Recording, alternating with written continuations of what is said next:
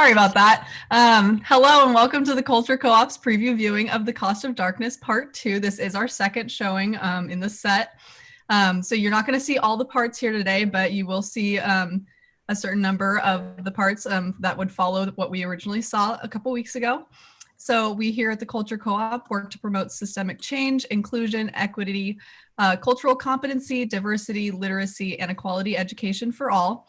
And one of the many ways we do this is through our documentary, The Cost of Darkness. So as I said, this is not our only viewing. So we are only seeing around 4 parts today. If you'd missed the first viewing and you do want to see those first few parts, we will have another showing in the future. I believe in May, we'll have another showing, so you're welcome to come to that. But for right now, this will be our second showing of the second part. But before we get started today, I do want to quickly introduce myself as well as the rest of our team here. So my name is Christine. I'm an undergraduate student filmmaker at UC Davis, and I'm currently one of the co-leads for our documentary team here at the Culture Co-op. So I'll hand it off to Winona to introduce herself. Hey everyone, I'm the other co-lead. My name's Winona. I'm a third-year film and communications major at UC Davis, and yeah, I'm glad that everyone's here with us today. And I'm going to pass it off to Zainab. Hi everyone, my name is Zainab and I'm one of the members of the documentary team, and I'll pass it off to Michaela.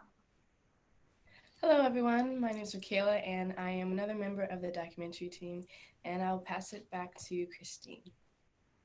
And I'm going to pass it on to Simon, who is no longer on the documentary team. He's one of our alumni interns, but he's been helping us out with this whole process in terms of getting the documentary all put together as a whole. So Simon, I'll pass that on to you.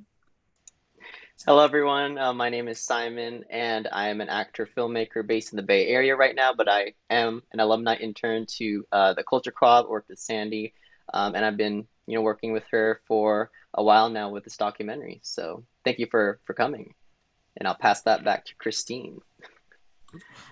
This is our current documentary team, but there have been many interns in the past, like Simon, who did work on this documentary.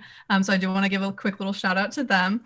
But before we do get started, I'm going to pass it off to Winona to go through our schedule for today to give you guys an idea of how long everything's going to be. Perfect. Thank you, Christine. So today will be a little shorter than our first viewing. It will be around 2 hours today. So we'll first get into the media section, which is around 20 minutes. Then we'll be watching the politics section, which is around 23 minutes. And after those 2 sections, we will have a 15-minute Q&A where we'll be answering any questions that you guys might have or any concerns, and we'll try to address all of them during that Q&A session. You can also take a break from your laptop during those 15 minutes, but please come back to watch the second half of our viewing today. And after the Q&A or break, we will be watching the criminal justice section, which is around 17 minutes, and then the economic section, which is around 21 minutes. And then the team will be doing a quick closing after that. And I'll be passing it off to Christine again. All right, so quickly before we get started, I do want to introduce our fearless leader here at the Culture Co-op, Sandy Holman. Sandy has worked towards systemic change for over 35 years, but to tell you a little bit more about herself, I'm going to pass it off to her. Welcome, everyone. I just want to thank you from the bottom of our hearts for taking the time today to join us for the second part of The Cost of Darkness. For those of you who are just joining us today, it might feel a little disjointed because you didn't get to see the introduction, the other 4 parts, and the outro. But you will get, as Christine said, another opportunity to do that on May the 2nd. We will be showing this again. I cannot tell you enough how critical it is to look at factors that are contributing to what we are seeing in our country, our communities, and in our world on this day. It takes bravery. And I personally feel that each and every one of us is a change maker. You are change makers who are in positions, who have special gifts that you can use to make a difference where you're at, in your country, and even in the world. I actually believe in a portfolio of change making where you're at, in your country, and the world. As you all know, the issues that we're facing today require us to come out of our comfort zone. This documentary is part of 8 key components for a paradigm for transforming individuals, communities, systems, and beyond. This is for people who are serious about systemic change, about inclusion, about equity. This is for people who are not just trying to do window dressing, meaning, you're having a multicultural event, but there's no substance to it as far as the impact it's having on communities. This is for people who have really had enough of seeing the discourse that we're seeing in our country, in our communities, the misunderstandings, and so forth. We know that everyone watching this today and beyond want all people to be able to survive and thrive. And I know that love, and I don't mean that in a cliche way, is pivotal to us making the differences that we need to do. And in order to have true unity, and I mean that true foundational, powerfully changing unity, we have to face our past. We have to look at what has caused what we're seeing today, the divides in our community, the inequity, the isms, the hate, the prejudice. We have to really look at the zoo in the room, not just that elephant, and say, do we want to change this? I am doing this, and all the interns, and as Christina said, there has been tens of them over the past few years who have worked on this documentary. We're doing this because we believe that we can go deep and that we can be brave and that we can make a difference. We're doing this in honor of those who've lost their lives through violence, through hate, through inequity, through poverty. We're doing this in honor of our elders who are seeing what they're seeing today and going, oh my gosh, we took 10 steps forward and we're taking 50 steps back. And I know for me, I am doing this for young people. And for me, young people, or is anyone under 40 actually at this point, who deserve to have an incredible, powerful, life-fulfilling life, who want to make a difference in their world. I am doing it for them. So I am so excited to have you. Please understand again, you're missing the intro. This is not how it starts. As Winona was saying, we're showing you the 4 last parts. And those of you who joined us on a couple weeks ago saw the first 4 parts. So it will feel a little discombobulated, but it's part of a continuum. Typically, what we do is we will show one section at a time.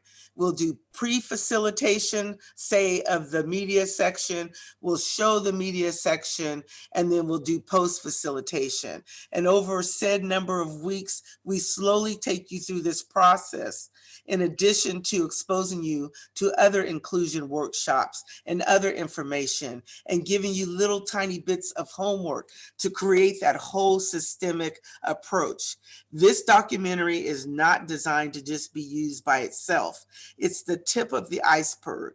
And I really want to emphasize that. There are certainly going to be many people who just want to show that, but when you put it in its fullest context, it has the biggest capacity to be extremely powerful.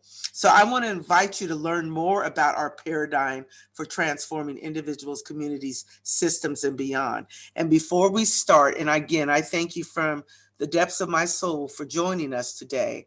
I want you to know that I am so inspired by each and every one of you, regardless of what you're going through. There are people who do care. You do matter. You do make a difference. And each and every one of you has the capacity to be a tremendous light that glows with possibility and hope, that changes the trajectory of where we're going as a people, and that all this stuff is interconnected. All of it is.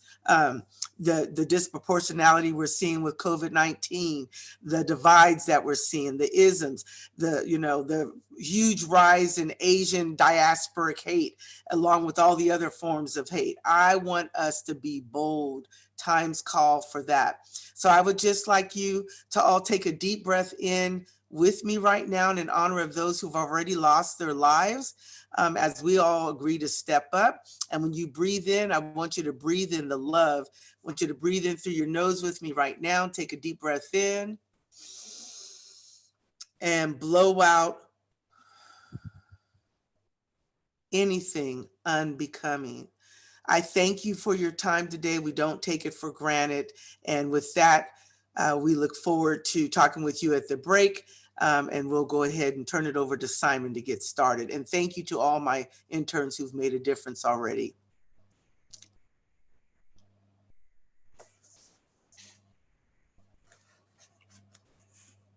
Okay, so with that, we're going to get started, and we're going to be starting with our media section.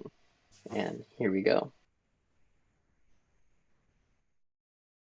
Media, it plays a huge role in the world of equity, inequity, oppression, systems, and so forth. It's one of the biggest purveyors of information to people and how we decide and how we feel about a group. So for example, globally speaking, media has done a huge disservice to people with darker skin. And often those people are portrayed as something that are not desirable, more likely to be a criminal, more likely to be poor, more likely to be savages when you go to the extreme with it. And that has had a powerful impact in how we see groups of people, and people of color in general are people who do not have a lot of economic resources.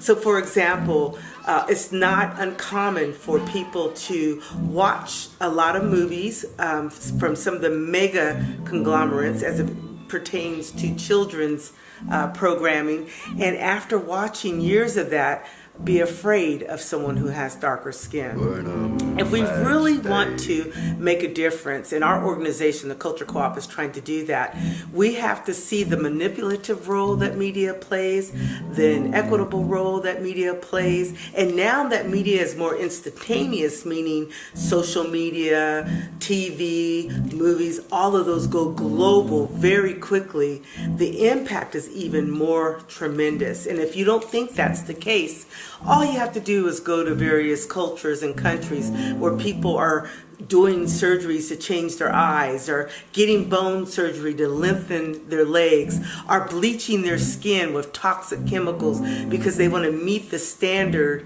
of fair, often white individuals who they feel are much more amenable to be. So if we're going to make a difference in media, we need to break up the conglomerates, the media monopolies.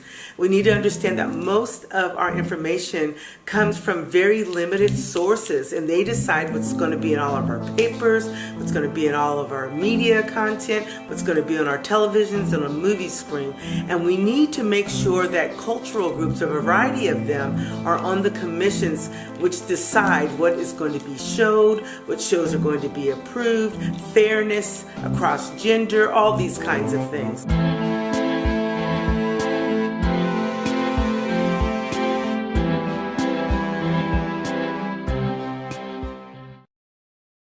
The media.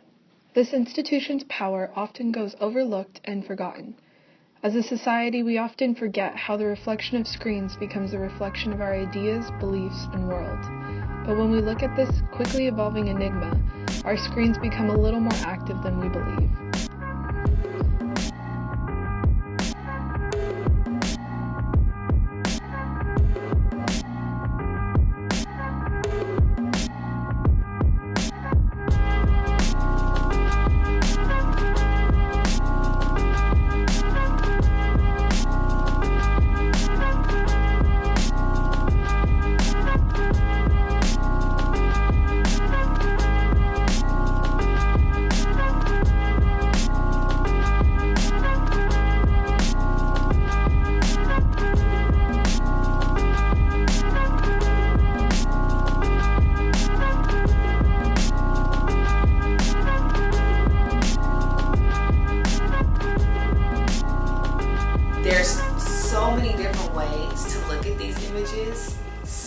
different meanings for people, and that one doesn't necessarily negate or trump the other, but they are all present and they're all kind of like struggling at the same time to take ownership over what the meaning is. But at the end of the day, we always have to go back to the producers of the culture and argue and ask them, what is your meaning? Because the power to define is really what we're talking about here. Until we, folks from the diaspora, are in positions of power, that being we control our own media, I'm not sure that we can expect proper representation. This is tough to put on. Can't take off. You know you're lucky? So early on, during the time period of chattel slavery in North America, there were stereotypical tropes that manifested and then became reoccurring generation after generation, depicting African Americans in these binary, exaggerated caricatures. And some of those are going to be the Mammy, the Jezebel, the Sapphire, the Black Buck, the Brute, the Uncle Tom, the Coon, Buffoon. And those characters have developed and evolved throughout time that have manifested into like the dangerous black man, the criminal, i.e. the thug. The Sapphire is like the sassy black girl or the girl with an attitude. The issue with these stereotypes evolving during the time of slavery is that they became tropes that reaffirmed this idea of racial inferiority in relation to African Americans. And it became used as a tool to justify the social and political standing for African Americans during slavery, after slavery, during Reconstruction, during several social movements thereon. And they have been used to keep this status quo, if you will, employing what we talk about in class, cultural hegemony, which argues that innately African Americans are inferior to dominance, i.e. dominant whites.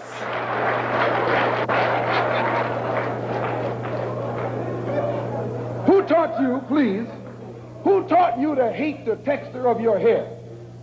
Who taught you to hate the color of your skin to such extent that you bleach to get like the white man? Who taught you to hate the shape of your nose and the shape of your lips? Who taught you to hate yourself from the top of your head to the soles of your feet? Who taught you to hate your own kind? Who taught you to hate the race that you belong to? So much so that you don't want to be around each other. No, before you come asking Mr. Muhammad, does he teach hate, you should ask yourself, who taught you to hate being what God gave you? These flashes and strings of images have a power to affect the ways we see ourselves and each other. A power and a tool that has been historically utilized against communities of color. An example is the 1915 film, Birth of a Nation. The film set a precedent for filmmaking in violent racism in the United States. Even today, the 2016 Birth of a Nation by Nate Parker is one of many films created to counter the effects of the original film. Okay, so Birth of a Nation is a powerful film for different reasons. Number one, it was a 3-hour film, right? It was cinematically innovative. It was epic. So in 1915, people are celebrating those elements about the film, but people are also celebrating the content. And people are also protesting against the content. We know that Birth of a Nation embedded some of these tropes, the black buck, the hypersexualized male, the aggressive, violent male. And by placing those in that film at that time and having the stamp of approval from people like President Wilson, who says that it's history written in lightning and it's also true, automatically makes people who've never even encountered during that time of 1915 a black person in person think that that is true, that all black people and all black males are like that.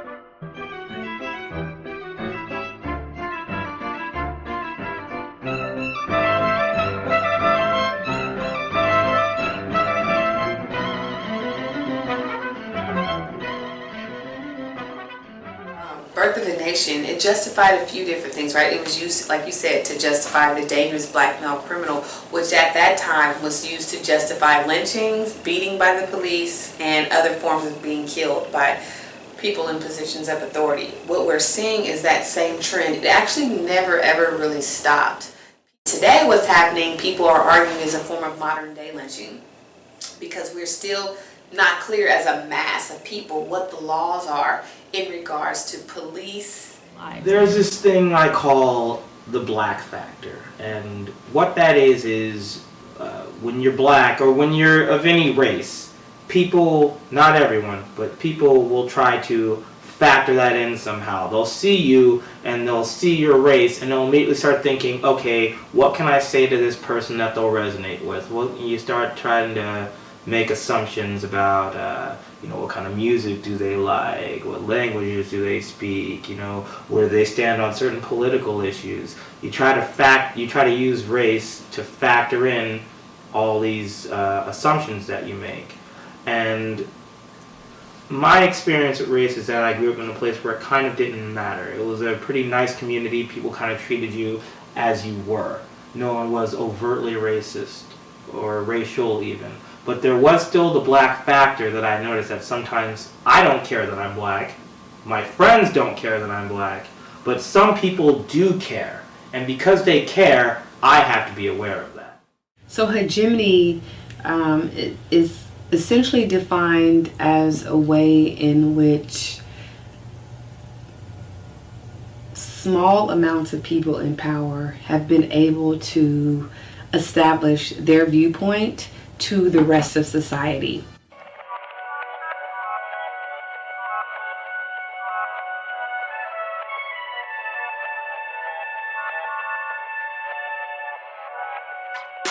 Please, at least give me a chance. Believe me, I understand what your people have been through. You have no idea what my people have been through.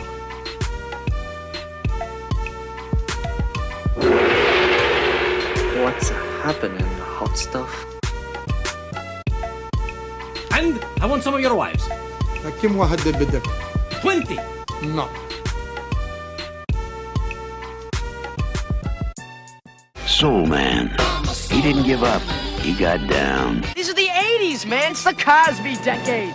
America loves black people. Look at my heroin and my hypodermic needle, bitch.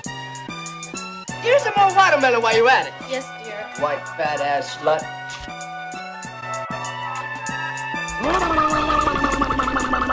I'm a Toydarian.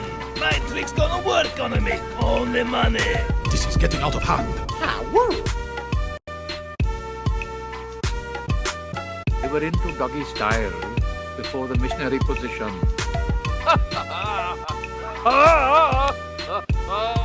Burn 'em at stake. Without a song, jump right out of it. Zippity-doo-dah. Oh, look at this motherfucker. Mean robot suck. Hey, Mudflat, what are we gonna do with this shrimp taco? Just put the cap in his ass, throw him in the truck, and then nobody gonna know nothing, not me. Yeah, not in my trunk. Read? We don't really do much reading. Let them all better. This aspect of hegemony is ultimately the key to being able to erase, create, and define the images on our screen, and this affects marginalized communities the most, who have historically not had access to proper media representation. Instead, the images of communities of color in the media are often skewed and whitewashed, and the struggle to resist those images just continues to become more complicated. So it's the idea that there's visibility for some people, but visibility alone. And so for me, visibility is always a first step in sort of an advocacy around representation of API identities. Because just because we're seen doesn't mean, yay, we've made a great landmark and we've reached an equality. Racism doesn't exist anymore because we all can see ourselves on TV. That's definitely not it. You have to look at the complexity of the representation. So there is levels of visibility and invisibility, and by looking at that, you can also get to understand the fact that, hey, this is not as even or as all-encompassing of the API community as we'd like it to be. Not being able to quite see yourself on media and then identifying with that media, but then not seeing it be able to replicate into the real world is a huge issue. And also just not being able to identify with what you see on TV, like the struggle of finding something that looks like you, and instead identifying with things that you don't connect to or can't connect to. Standards of beauty is a huge thing. You know, the idea of colorism that pervades the API community comes from the fact that we don't see a lot of people in our varying hues and shades of beauty on TV. Sabrina, Kelly, and Chris.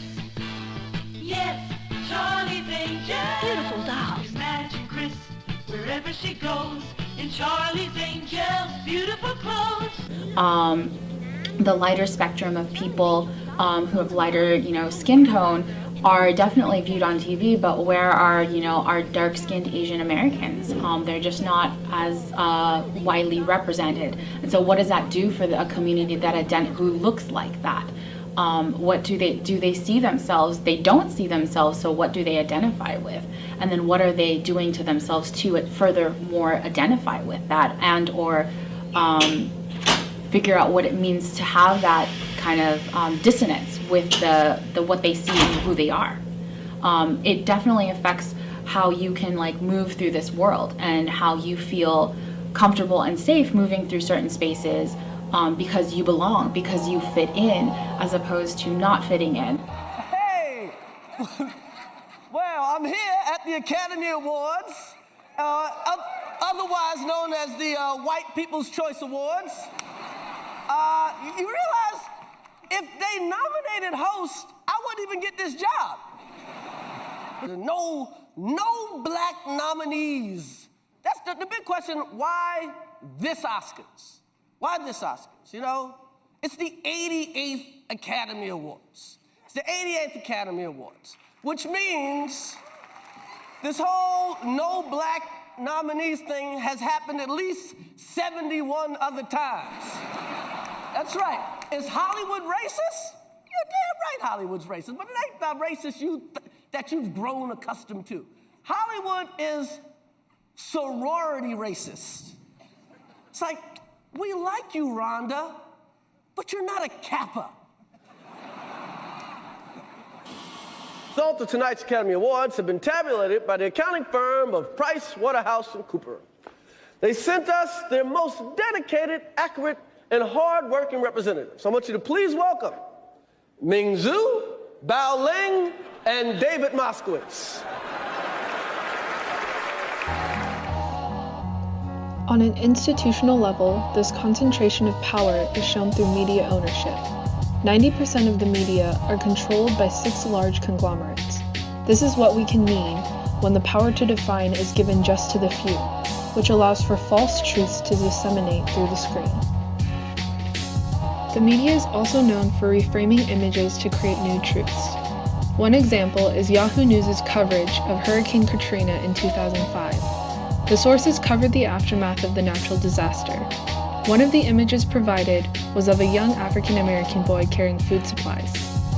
The Associated Press described this as the boy, quote-unquote, looting the grocery store. But when there was an image of a white man and woman, the framing changes.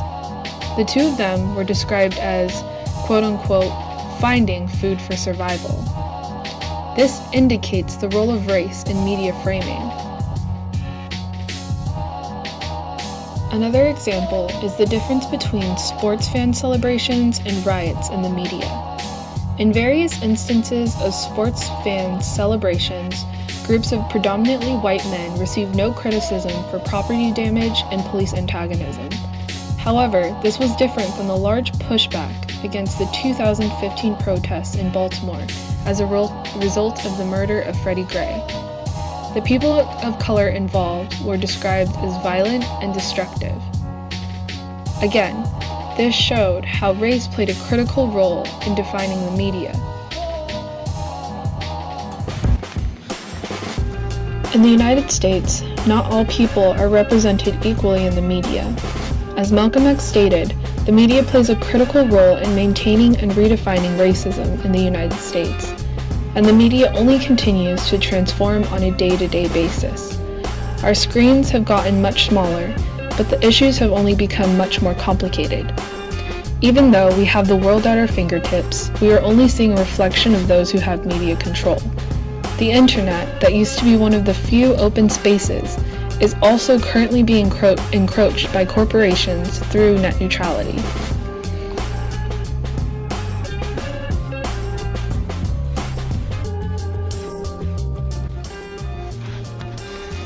However, that does not stop or impede the movements built by social media, such as No to the North Dakota Access Pipeline, Black Lives Matter.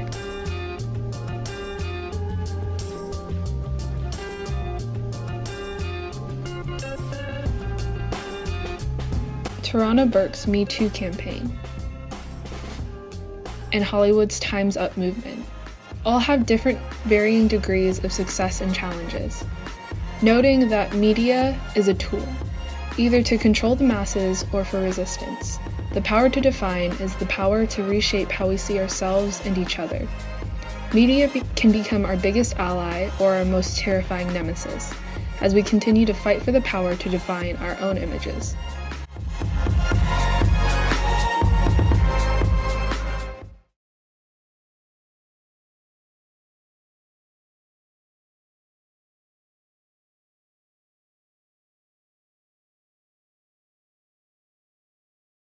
So as you can see, there is a lot of political injustice based on color embedded in our political system.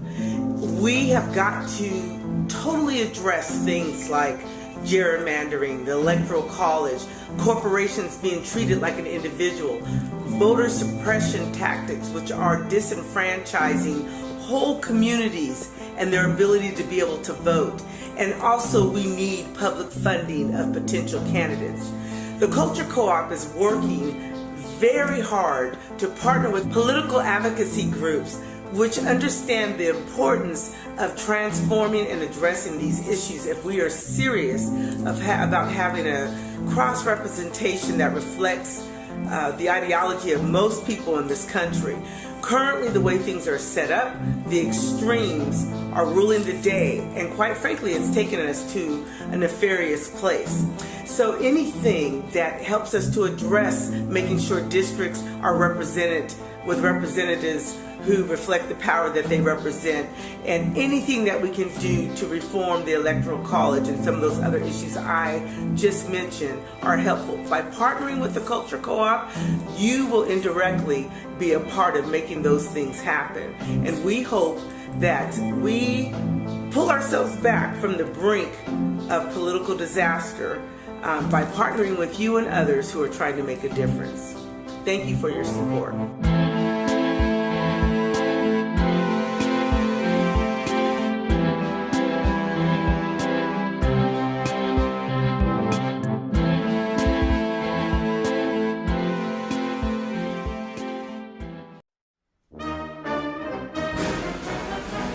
America, the land of the free and the home of the brave. Our democratic nation ensures the rights and freedoms of its citizens, allowing equal political representation and justice for all. But for whom? At whose expense are we enjoying this freedom? Is there true equality in the United States, especially when it comes to race?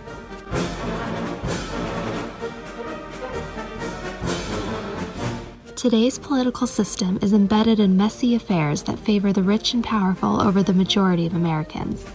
This impacts important decisions such as laws, policies, and international affairs.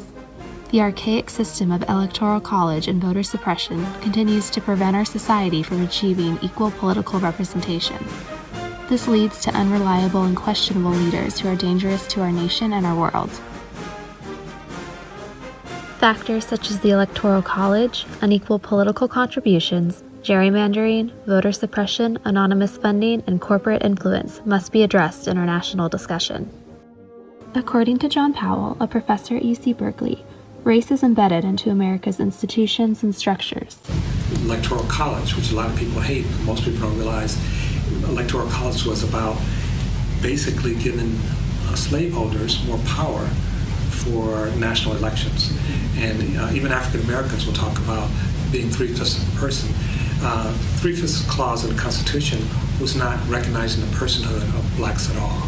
What it was doing was giving 3/5 of a person power, 3% of a person for the purpose of the slave master to count to give the slave master more power. Because you got electoral college and votes depending on how many people were in your state. And so if you could count slaves, you get more power. But the slaves didn't get that power. Although the 13th Amendment abolished slavery, the struggle for full social citizenship continues today. This is evident from the residues of Jim Crow laws, the Patriot Act, and various forms of racial profiling.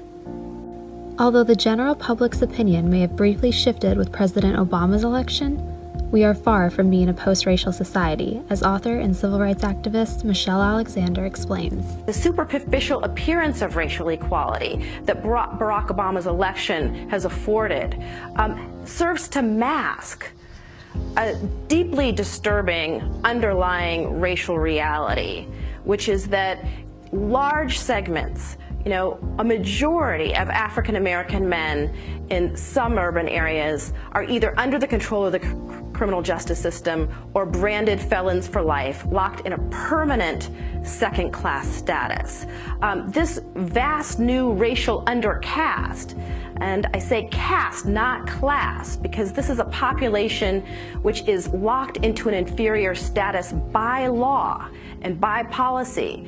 This vast population has been rendered largely invisible through affirmative action and the appearance of success, with a handful of African Americans doing well in universities and corporations, the sprinkling of people of color through elite institutions in the United States due to affirmative action policies, and the limited progress of middle class and upper middle class African Americans creates the illusion of great progress and helps to mask the underlying racial reality, which is that a racial caste system has been reborn in the United States.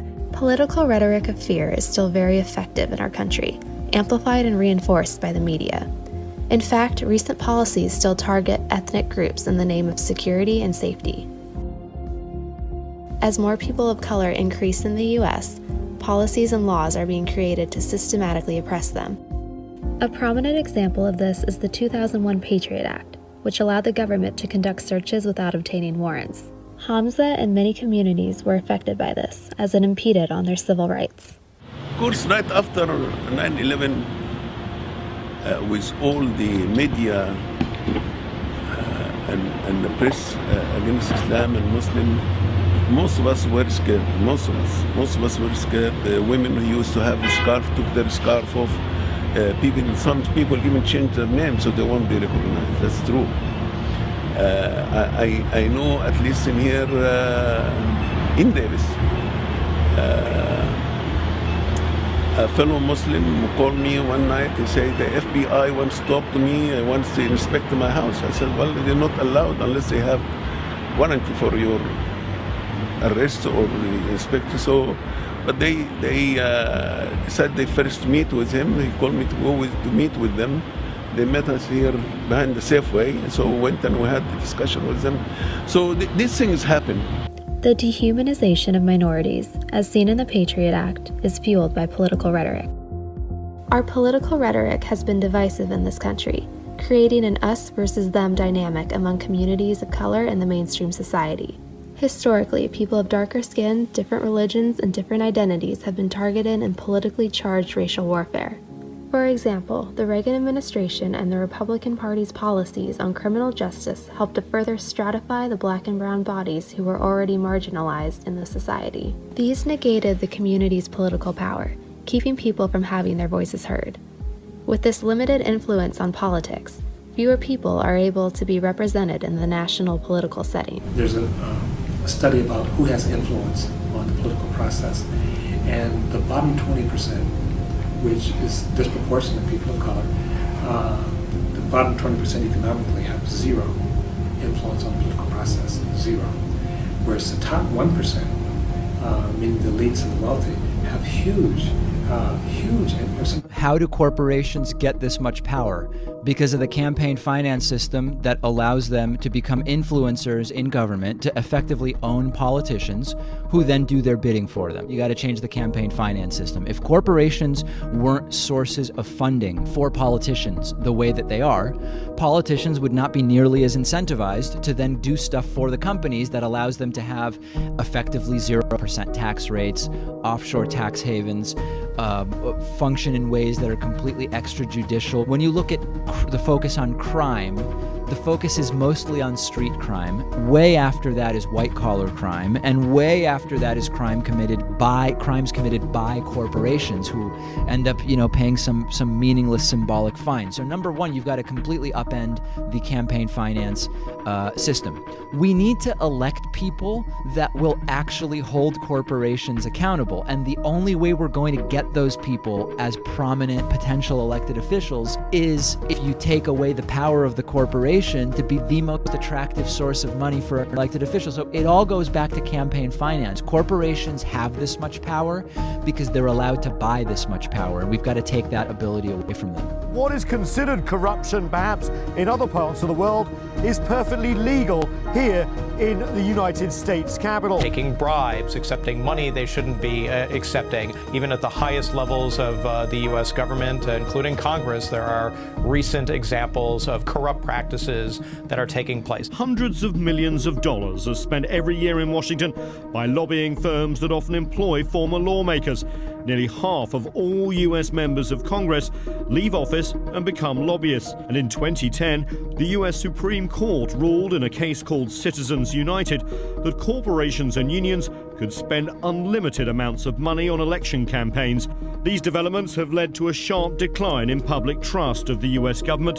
Since 1964, the number of Americans who believe government is run for interests of a few has skyrocketed, and those who think the U.S. government exists just for the benefit of the people has dropped from 64% in 1964 to 19% in 2012. For now, the practice of spending money on elections and spending money to influence lawmakers is considered free speech, not corruption. That makes elections in the US expensive. An estimated $7 billion was spent on the 2012 presidential campaign and congressional races. And while it may be legal, many feel the principle of one man, one vote is drowned out by the influence of unlimited amounts of dollars. In fact, numerous laws, policies, and political loopholes have worked to benefit corporations and not all Americans. As John Powell mentions, 20% of citizens don't get their voice heard in the bigger political setting due to political control by the wealthy and powerful minority. How do these power brokers affect our political landscape? Let's explore gerrymandering. Gerrymandering is a strategic appointment of political boundaries drawn by state legislators based on census data. While the committees of political appointment differ from state to state, gerrymandering has been historically used as a means of controlling political representation. Extreme gerrymandering is when political boundaries are distorted in ways that segregate communities. The disproportionate assignment of power allows communities with fewer people to have more power than larger communities. Oftentimes, gerrymandering is paired with voter suppression tactics such as systematically excluding the polling locations and requiring government documents at an excessive level. The Republican strategy to disenfranchise their political opponents has reached a whole new phase in Alabama, and this time the racism driving it has been laid bare for all to see. Due to budget cuts, Alabama law enforcement agency said that 31 satellite DMV offices would no longer have access to driver's license examiners, meaning that residents will need to travel to other counties to apply for licenses. And it's important to note that this move comes just 1 year after the state's voter photo ID law went into effect. So we're going to require you to have a photo ID given by the state to be able to take part in our democratic process. Oh, but by the way, you can't get it in your county, and not if you're a certain type of person, especially because there's an incredibly racial motive that is driving this. Over the last 2 decades, voter ID laws have been one of the main ways that it's become harder. States have begun requiring people to show certain forms of ID. And the real fight over voter ID is not requiring people to show ID at the polls. It's what kind of ID are you going to allow to be acceptable? We know that poor people, minorities, are all much less likely to have acceptable forms of identification to vote. For Native Americans, we're being impacted differently in this election. There are tribal IDs that have to be changed now to have physical addresses. Frankly, in our communities, our addresses are non-existent. A federal appeals court today struck down several of North Carolina's voting rules. The court said, quote, the new provisions target African Americans with almost surgical precision. The pandemic has only exacerbated that. Voters in Kentucky demanding to exercise their right to vote. As predicted, there were problems at the polls after the state cut polling places due to the pandemic. I went over there. The line was extremely busy, long. I did feel comfortable being around that many people. I am now going to have to take time off of work in order to complete this entire voting process. Charles and Shannon, the lines here at Marshall High School have only gotten longer throughout the day. When I was here around 1 o'clock this afternoon, the lines just went down to the end of this block here. Now they extend all the way past this football field. I spoke with a man who's in the front of the line. He says it took him an hour and a half to get there, and he isn't even inside yet. This is very wrong. This should have not took place today at all. So many people at risk. The unprecedented lines are a product of a poll worker shortage. Only 5 voting centers are open today in Milwaukee, way down from the usual 180 sites. I think they could have had more polls open than this. That's just my personal opinion. America has a long history of deliberately blocking people from voting. African Americans could not vote until the middle of the 19th century. We no longer see the kind of deliberate and overt barriers that we saw in the civil rights movement or in the 19th century. What we're seeing now are these more complicated, more nuanced barriers, just reinvented for the 21st century. The Republican National Committee and President Trump's re-election campaign are recruiting nearly 50,000 volunteers to act as poll watchers in the November election. And I just want no mistakes to be made. This is a power grab by the GOP. They're exploiting this national public health crisis to suppress the vote. And so you're giving people an impossible choice. Prioritize your health and stay home, or go and vote at the ballot box.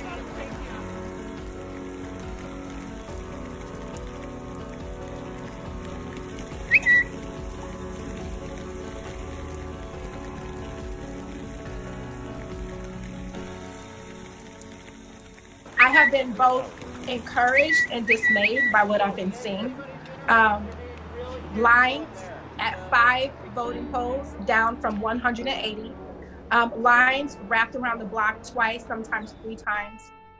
Waits of an hour to 2 hours to cast the ballot.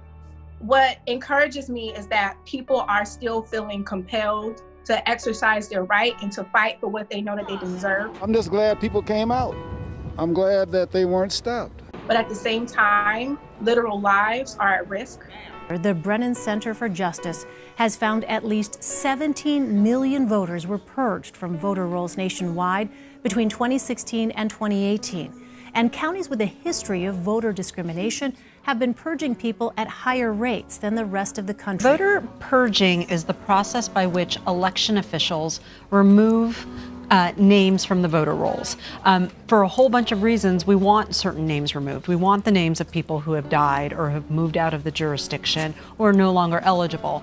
But a purge is a process in which a large-scale number of people are being removed. And that is where the danger lies. When you're talking about really big numbers, it allows for mistakes that matter, because when people show up on election day, they'll find themselves not on the voter rolls. 234,000 people taken off the roll just so you can have a victory. What about what's right for the people? Blasting the decision of a judge in Ozaukee County on Friday to purge from the voter rolls the names of up to 234,000 people who did not respond to a mailing by the state trying to confirm their address. I believe that this is another tactic way of them stopping people from voting. We have proven that the data used to flag voters is not reliable, and no voter's registration record should be inactivated based on unreliable data. Felicia Elzy says she's one of the people being told that she'll have to re-register. What will the impact of this be? Well, I hope it doesn't discourage those 200,000 people. I know it's not discouraging me. Republicans have really seized on the fear of voter fraud, the possibility that it could happen. Fraudulent votes amount to far less than even 0.1% of ballots cast over the last few decades. It's extremely rare. It was going to be here in Milwaukee County for a reason, Craig. When you look at 2016 compared to 2012, turnout around the state dropped by 3%. But here in Milwaukee County, the most diverse county, the most Democratic county, it dropped by 10%. The speeches from the convention are now over. It's a matter of go time. This further ensures that those in power keep their status quo, even if they may not represent the political views of the whole. Mariko Yamada, a former California Assembly member, is familiar with these tactics. If you look at the numbers, I mean, there are reasons why there's voter suppression. Because the people that are in power can see it, you know. So that's why there are all of these requirements at the state level, which is where, you know, these policies, there's no like federal standard for, you know, how a state may administer or require, you know, certain forms of identification to vote. I mean, you know, on its face, people say, well, look, you know, you have to provide your driver's license or your ID in order to open a bank account, or, you know, why wouldn't we require it for voting? Well, but we're not providing the IDs in an easy way, you know. In other words, there's a barrier for somebody who an African-American woman, I believe, case somewhere in the South, who had been voting, you know, since the Voting Rights Act anyway, since the 60s, and she's 90-something years old, and she's asked to produce a birth certificate that, you know, she's never had to produce for anything else in order to get a new ID. I mean, these are all tactics designed, you know, to suppress the vote. People in power would prefer those who could make changes not to participate. They would never admit it, but they don't want more participation because the power relations would change dramatically. So we spend more and more money on fewer and fewer votes, and it's kind of the reverse of what we should be working on. Slowly but surely, improvements are being made for representation. To tackle this issue, alleviating voter suppression and encouraging political participation is essential. Certainly, just a few years ago, there was not a single Asian Pacific Islander member of the California legislature. Over the years, that has changed, and there are many more faces that are representative of the California population. We do really need to include them in the process. We need to attract them to be active in the political process. We cannot limit the political process only on the white people alone. We all have to be included. We all work together, we all live together, and we have to help each other along the way. It's not only for the white people, we're all part of the political process. What we need is more than just collaboration. We actually are talking about because a lot of the stuff that's driving and creating the wedge that allows this to happen is racial anxiety. And the racial anxiety is more than just about interests, about stuff. It's about who we think we are. And so in a sense, we actually have to dig down deeper and come together around values and around being, around who we are. We also have to make sure that our structures and our cultures support that coming together. Because right now we still have structures and cultures that actually push us apart. Our oppressive social structure is created by racial conflicts and systematic injustices embedded in our society. Educating our communities and increasing the awareness on this institutional flaw is a major step in the right direction of achieving equal political representation for all.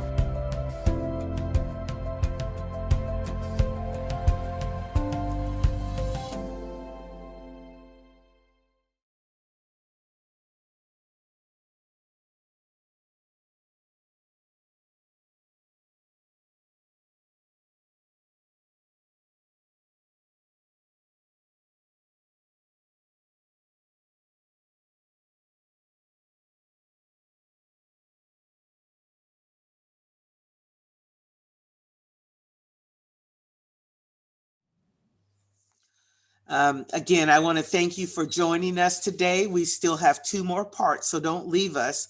We're just taking a brief 15-minute break so that we can answer any questions people may have so far. Again, you are seeing the second 4 parts. We showed the first 4 parts a couple of weeks ago. This is a comprehensive documentary. It deals with a variety of issues. It's bold, it's brave, but it's designed to be a part of a system again that's used with workshops, little assignments, and other interventions to create change on the individual, community, and system level. So it's really my honor to turn this over to Michaela. She's going to bring up any questions that anyone has asked, and I will probably have a question or two too. Michaela? Hi. So currently right now we do not have any questions. Everyone feel free to put questions in the chat. For now, I will hand it over back to Ms. Sandy. Okay, so I would like to ask all of you as young people, and anyone can feel free to take this question. Why do you think a documentary like this is important? Again, it's a part of a paradigm. There's 8 other components. This is just the tip of the iceberg. But why do you think a documentary like this is important? Actually, I'll start with Alum. Alum and Michaela are high school age, brilliant young people. And I'll start with Alum with that question, just because I think they're brilliant and they probably have some insights on that. I would say that the documentary is important because it gives a summary of a lot of like these historical practices and things that affect so many institutions in our country. So I think it's a really, really good way to start sort of like a discussion of how we can start to rebuild these institutions and so that less people are discriminated against on like a day-to-day basis. So that's why I think it's important. Thank you. And I think the next question I want to direct to Christine. Christine is a brilliant ally. And she has worked, all of this whole team that you see here today, worked on a section called White Supremacy that was incredibly powerful. We showed that at our last viewing.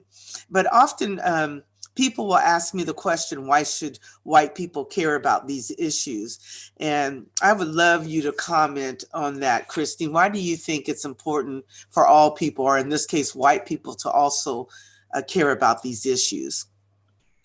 One thing that I kind of first comes to mind is, Sandy, you've talked about this before, and like it's reminding me of something that you've said, but when our systems aren't working how they're supposed to work equally for all, we don't have as much access for education, healthcare, wealth, all these different systems for different people of color.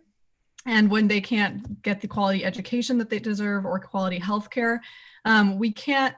Maybe one of those people of color was going to be developing the cure for cancer, but because they don't have access, they can't.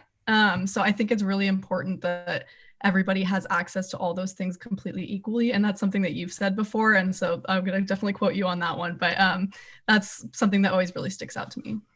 Okay, great. Michaela, you are also in high school with your brilliant self. You guys have just amazed me. What is one reason why you think implementing a paradigm like we're encouraging people to do, where you're not just reacting in crisis or reacting because of the latest killing or reacting because of the latest attack? Why do you think a paradigm, a holistic approach towards change is important? I think a paradigm is important because we talk about we want change and we want to do this or that, but sometimes it feels it needs to be in an organized, be able to clear manner, and it's with this paradigm, it helps people attack different areas, not just, we see this one thing, like you said, and we just go to it. And in crisis, like attack every little thing, even when things are calm and things are we still need to change, And I feel like sometimes people will see a crisis and be like, oh no, everything's terrible. I thought everything was good. But it's like, no, things are just have seemed calm on the surface, but we still need change. And when you have a paradigm like this, it attacks all those different little areas that people may not see because we only focus on the crises or things that happen right then and there because, you know, news and media and whatnot. So, yeah. Thank you. And Winona, who's been our incredible leader, Winona is amazing and brilliant, and she led this team in particular in overseeing the white supremacy section. You know, right now we're seeing a substantial increase in attacks on hate crimes with the API community. And I was wondering, why do you think doing something like this documentary actually connects with trying to address that issue too? How is this all interconnected from your perspective, whether it's attacks on the Asian diasporic community or attacks on the Black or Latinx community or the LGBTQIA community? What are your thoughts about that? Why is this important for all of us? Yeah, good question, Sandy. I think specifically with our paradigm and our documentary, it is to provide like the history and like how we breed and like how racism like came into our society. And I think like with all the attacks on like the Asian American community nowadays, it's very deeply rooted on this issue. And I think our paradigm does a good job, as say like Zainab said, like summarizing our history and like how we perpetuate this as well as people in this community. And I think by providing like this type of resource to people, we can definitely change some perspectives and encourage more discussion around that. Fantastic. And I wanted to ask Simon, all these young, I just want to say, I can't say enough, all the interns who have worked on this, all the current interns, Simon included, you're just brilliant. Simon, how has this process kind of changed how you approach these issues, learning about some of these things and working on the documentary? What has it done for you as an individual to encourage you to continue to learn more about these issues? For me as an individual, just educating myself on these topics, it's really changed my trajectory in my career. Like I mentioned earlier, I'm a filmmaker and actor, and before I thought it was just to entertain people. That is what I want to do, which is part of it. But now that, you know, seeing all this, I really want to now use my gifts as a platform to say something and expose all of these, you know, these issues that are going on behind the scenes that aren't showed. Especially, so, you know, seeing all of this happening in the African American community, which I, before going into this, had no idea how ingrained racism is in our society before working on this with you together and the interns. And now I'm kind of digging into, you know, my Filipino American roots and how kind of what's happening with us behind the scenes, but also to not just show the negatives and all the bad things as well, but it really encouraged me to tell stories that are uplifting and aren't told often in mainstream media, because those are the muted voices that we never hear. So in my industry, I want those to be really big, powerful, and in your face now, because this is what we haven't been hearing. And it's really empowering for me to know why I'm in this industry even more now. Well, I wanted to say thank you to all of you for answering those questions. And I would like to say this. You are seeing the reason why I am motivated to do the work that I do for over 35 years. Young people inspire me tremendously. And, you know, just hearing them talk, I mean, oftentimes I can get a tear in my eye because I've had the distinct honor to work with hundreds of young people directly and thousands in the work that I do indirectly. And one thing that is clear is this. I want you all who are out there to know this. Young people can handle more than we think they are capable of handling it. They are uniquely endowed with these incredible gifts and will use them to make a difference if they're given any kind of level of guidance and insight. And the work that we're doing here does require bravery. In my 35 years of doing this, most people want to do celebrations, which I do. We had a international festival, the multicultural fairs, and all these kinds of things, and they're wonderful, and they bring people together. And I believe we need to come together in unity and have fun so that our first time interacting isn't under distress or because of a conflict. But having said that, that's just the tip of the iceberg. And what young people have taught me, people who don't have homes on the street have taught me, my elders and my ancestors have taught me, what my neighbors and people all around the country and the world have taught me is this: everyone wants to have the right to live a beautiful life, to use their gifts to make a difference, to bless their families and others, to make a difference in their community.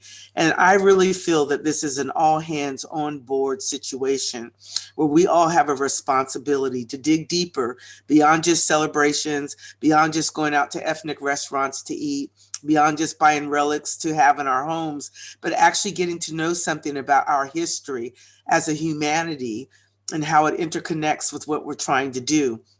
So the work that we do here, we do what I call the beautiful icing stuff, the fun stuff. Literature is a big part of what we do. My books, We All Have a Heritage, Grandpa's Everything Black Bat. We want to lay these seeds early, but we also challenge people to go deeper. It's a time that we need to go deeper. Here in 2021, we need to go deeper. We need to stand up and talk about these things. And not only talked, we then need to act on these things. And this is what the paradigm is designed to do.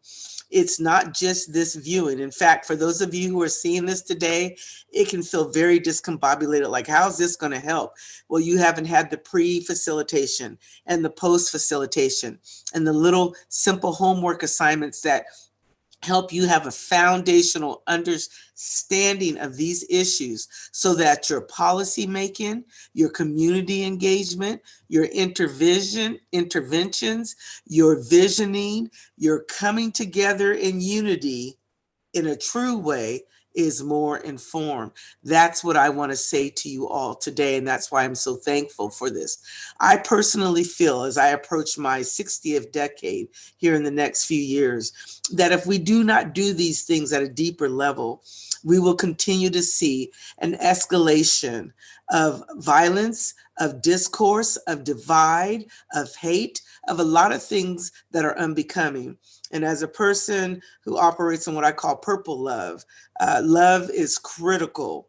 Love is critical foundation as a part of this process. It's our hope that you will want to partner with us to come together, be brave and bold, have real conversations, and transmit those into acting. But these young people here and the others I've worked with are the main reason that I keep doing this. And also, before we go back to the criminal justice system, think about all the people who have died unnecessarily due to inequity, our inequality, our misunderstanding, our hate. They are in, just from the COVID virus alone, and they were saying at least 40%, and I've heard up to 60%, did not need to die if some of these issues of equity had been addressed. So I really believe that this is an all hands on board kind of a thing. I will spend the rest of my days advocating for this. And anyone who wants to partner with us in any way, shape, or form, you are welcome to the table. All you need is a little courage, a little bravery, and the 4 zones to come out of the comfort zone, which is another talk. So as we get ready to go into the criminal justice system, please understand that this normally has pre-matter before we show it, and then we show it, and it has significant post-matter. This is a tough section to watch, and I want to encourage you to stay with it, though, because people have actually literally died, so I think we could at least kind of watch. But there are some scenes that are tough to see, and I want to warn you about that. And I think sometimes we go to the extent of sanitizing things so much where we block them out and we don't look at them. So then they become non-realities. In other words, this is not really happening. And this is stuff that is really happening in people's lives. It actually shouldn't even be a discussion. We should be focusing more on what the solution should be.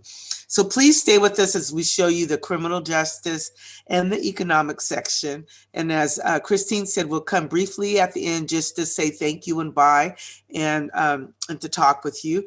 But we are incredibly honored to have you there today. And we hope you reach out to us about the full approach, not just this one part of the 8 parts of the approach. For those of you who have asked me, yes, we do all kinds of trainings. We do things not even related to this paradigm. We're available to do talking, big literacy advocates, inclusion workshops, diversity, but this paradigm is one of the most holistic approaches that we are encouraging people to consider. So on that note, breathe during this section, and we have 2 more left, and a thank you for joining us again on this Sunday. And Simon, I'm going to turn it back over to you. Okay, and we were going to head right into the criminal justice system. And don't forget to mute everybody. So as we think about the criminal justice system and all that you just saw, it's clear that we still have some major challenges to overcome. We need to remember that the criminal justice system is steeped in a historical system of inequity, injustice, and a culture of disproportionality towards bias towards people of color. You can see it today in our world as we're dealing with the resurgence of white supremacy, which the system actually was created against in that backdrop after, during and after slavery. We are seeing dynamics and the vestiges in all of our institutions, and particularly in the criminal justice system, of that bias and that hate and that whole loop of creating a foundation where regardless of who you are, you'll go into that culture, whether it's in a police station, in our prison system, in the courtroom, where you are not going to get a fair shake as a person of color or a person who does not have a lot of finances to advocate for themselves. So when you look at that, and the Culture Co-op works with organizations who try to do reform and transform what we're seeing in the whole pipeline from beginning to the end of our criminal justice system. When you look at that backdrop, until we deal with white supremacy in all our institutions, until we deal with inequity in all of our systems, and until we deal with the historical constructs, policies, and practices that have created what we're seeing today, you are going to see incidents. So we want to partner with you. The Culture Co-op partners with different organizations, and we want to partner with you to look at ways that we can reform the systems. I personally feel we need to restructure it completely, but being a realist, we definitely need major transformations. If you want to get involved, contact us and find out how you can make a difference.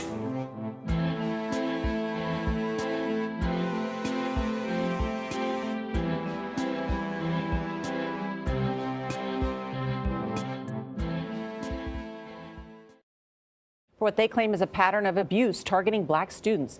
Video of one incident shows a school resource officer putting a student in a headlock before pushing him down and then later using a taser. Your buddy's giving me the idea that maybe he's got a gun. You know what I mean? Like, that's what I think. How? I don't know. Just the way, just the way you're holding yourself, man. Like, that's why we're nervous, man. That's it. You know, you got no weapons on you? Behavioral therapist was shot by an officer after he held his hands in the air, lying on the ground, his patient with autism sitting right nearby. Tonight, hit and kicked in the face by police. The man assaulted on video, now calling for those officers to be charged as criminals. Punched, tased, kicked in the head, and incarcerated for no reason. Demetrius Hollins was pulled over outside of Atlanta. For no reason. The situation escalating quickly. Watch as one witness captures video of Sergeant Michael Bongiovanni hitting Hollins. Already on the ground and handcuffed, another person records Officer Robert McDonald's stomp on the 21-year-old's face. And incarcerated for no reason. I am a law-abiding citizen whose rights were repeatedly violated.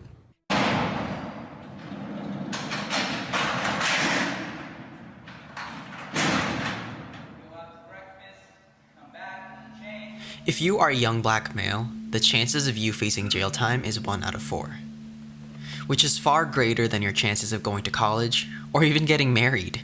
Why is this? Why is 37% of the prison population black males? There is apparent racism embedded in our criminal justice system. Police officers are constantly pulling aside black Americans for no reason, whether it's assuming they have a gun or seeing black individuals as threats merely because of the color of their skin. If one looks at the evolution of police practices and the impact that the early slave catchers eventually had on the police formations, if one looks at what happened in the immediate aftermath of the so-called abolition of slavery, one sees a relationship between official law enforcement and white supremacist formations like the Ku Klux Klan, the White Citizens Council, etc. And when one looks at what continues to happen, murders of black people largely by white police, one can almost feel that connection with white supremacy and Ku Klux Klan. And we know in many police departments across the country, white nationalism is a major influence. History is never put to bed. History is always a powerful presence. The ghosts of the past are always with us. And so now what we're trying to do is work that actually should have been done in the aftermath of slavery. We're 150 years too late. We're doing what we should have done in the late 1800s. Since the very inception of our country, systemic racism permeates our police practices, institutions, and communities. The criminal justice system is just another gear in the machinery of prejudice and discrimination that oppresses black Americans. In the current criminal justice system, people of color are attacked in a more brutal and aggressive way than white individuals. Let's begin with former President Ronald Reagan's war on drugs. During, black and brown Americans were targeted at an alarming rate and with increased malice. Drugs are menacing our society. They're threatening our values, they're killing our children. We seek to create a massive change in national attitudes, which ultimately will separate the drugs from the customer. Reagan dramatically increased federal drug enforcement agencies and pushed measures like mandatory sentencings and no-knock warrants. This led to a skyrocketing incarceration rate. Reagan's war on drugs intentionally targeted black and brown communities, validating the increasing hostility toward them by white individuals and the police. Even though whites and blacks participate in drug offenses, possession, and sales at comparable rates, those with darker skin are arrested more frequently. African Americans make up 13% of the US population, and they make up only 14% of all drug users. Yet, 37% of those arrested for drug offenses are black. In New York City, where people of color make up about half of the population, 80% of those NYPD stops are black or Latinx. The ACLU of Southern California found that black Americans are 3 times more likely to be stopped than white Americans. The numbers speak for themselves. In the United States, we have a racial disparity in drug-related arrests. Because of the war on drugs, the number of people incarcerated for non-violent drug offenses rose from 50,000 in 1980 to over 400,000 by 1997. Remember, African Americans are arrested for drug offenses at rates 2 to 11 times higher than that of whites. Often, this is because police officers tend to target impoverished areas, which often have larger black-brown communities as opposed to progressive, urban-suburban majority white communities. When incarcerations skyrocket, it's people with darker skin who suffer the most, even though whites engage in this behavior at the same frequency. Once arrested, black Americans are more likely to remain in prison awaiting trial than whites. For example, in a 1995 review, the New York State Division of Criminal Justice found that in some parts of New York, Black Americans were 33% more likely to be detained awaiting felony trials than white Americans facing similar felony trials. Even after released from prison, racial discrimination continues to impair potential rehabilitation prospects. A criminal record can reduce the likelihood of a job offer or callback by almost 50%. This negative impact is especially detrimental to African American applicants. If we don't start understanding structural racism and don't understand what we as white people, how we do play a role, I'm very grateful that so many white people in our country are trying very hard to treat people equally. But that's not gonna cut it. If we are not able to start thinking more deeply about our social structures and see how this plays a role, we're not going to get it changed. I would say, though, that as a minimum, we have to rid ourselves of every aspect of racism in the system whereby we appoint judges. So a beginning would be to rid ourselves of overt racism and then begin working on the structural problems. This has not and will not go unnoticed. On social media, many have spoken out, circulating videos of Black individuals being racially singled out by law enforcement. Oh! Got her. Don't shoot. And the officer then grabs me by my backpack, pulling me up off of the bike, while another holds my handlebars. And I put my foot up to stop that, and that's when a man walks over and is trying to talk to me. And the large cop pulls out a taser and points it at his chest. So I get scared and start pulling away more while one cop is leaning on me and the other is holding my arm. He puts the taser away and tries to get a hold of my wrist and kept saying I'm being detained. And I asked for what over and over, and I got no response. You never know who you're dealing with. When it comes to police officers, you never know if it's going to be somebody who is going to be understanding and willing to work with you, or if it's going to be someone who basically just has a job and is on a power trip. As a kid, when a police officer would come, approach me, I wouldn't really feel anything. Now, with all the modern day lynchings, when I see a police officer, I'm scared. So when I see a police officer, I am not scared for my life. I'm not scared because I know the color of my skin and I know my race, and I know that there won't be prejudice against me because I am white. I am not scared, but I can't say the same for others, which is a problem. It's not always about the experiences that you do have. It's also about the experiences you don't have. Much like I've never been discriminated against for the color of my skin or my ethnicity. People think I'm white. I've never had someone cross the street to avoid passing me, or have never been followed in a retail store for looking suspicious. I feel overwhelmed and upset, but at the same time, all of the protests and people backing behind the Black Lives Matter movement is really making me feel hope in our generation and that we can make a change in America. My goal with all of this is to make this country safer for my kids to live here. It can happen to anybody, and no parent wants their child to be a hashtag. No justice! When Atlanta protested George Floyd's killing, Israel wanted his voice heard. Do you think your white friends get it? No, they don't realize that it's actually happening to people like me every single day. As Israel grew up, his father tried preparing him. Black parents call it the talk. If he tells you to be quiet, do everything that you can to get back to me. The conversation with him was really just, look, you're a beautiful young boy. Being an African American is a wonderful thing. It's a wonderful blessing. You have come from great people, but it's also a hard thing. You have to be careful when you're out there in this world, because this world's not going to always be honest or fair to you. And these are conversations that people of other races do not have to have with their children. I'm Ariel Sky Williams. I'm 8 years old. I'm unarmed and I have nothing that will hurt you. It's just kind of a thing we practice at our house. Do what they say. Don't get into any arguments. Make sure your hands are out of your pockets so they can see.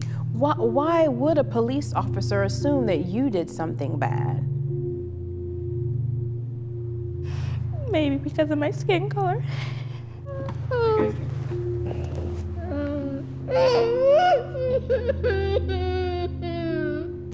All right, come on, let's calm down. Let's finish this, all right? You good? Hey, you making me cry. Come on. Maybe because of my skin color.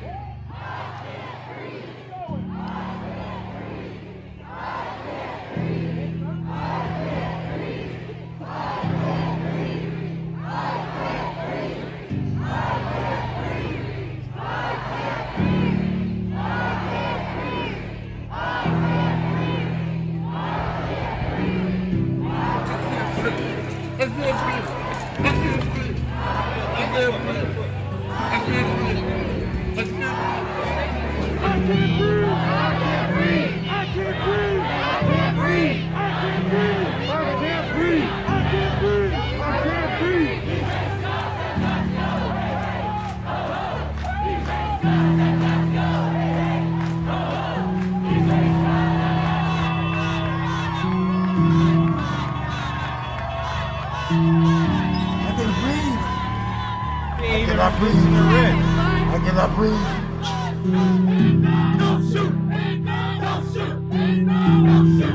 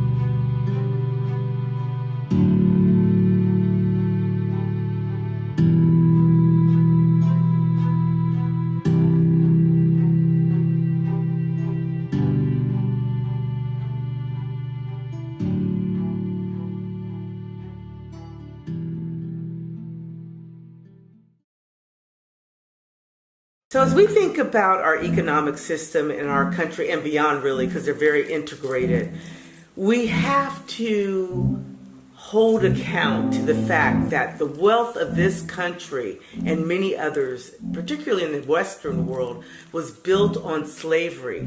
And from its inception here on to present day, we have continued to have policies, practices, and constructs that have perpetuated wealth in the hands of a few and poverty in the hands of mostly people of color and the poor.